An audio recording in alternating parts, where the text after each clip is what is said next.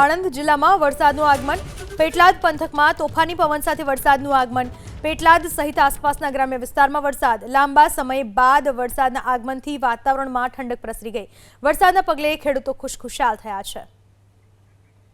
આ વિશે વધુ માહિતી આપવા આપણી સાથે ફોન લાઈન પર જોડાઈ ચૂક્યા છે મારા સંવાદદાતા જલ્પેશ પટેલ। જલ્પેશ, આણંદના કયા વિસ્તારોમાં કેવો વરસાદ?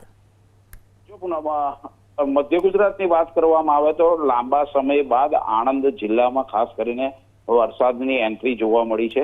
કહી શકાય કે જે રીતના ગરમીનો માહોલ હતો, ગરમી ભારે ઉકળાટ હતો, સાથે સાથે વરસાદ નહીં આવવાના કારણે ખેડૂતો પણ ક્યાંક ને ક્યાંક ચિંતામાં હતા। પરંતુ આજે જે વરસાદ છે તે વરસાદ વરસી રહ્યો છે।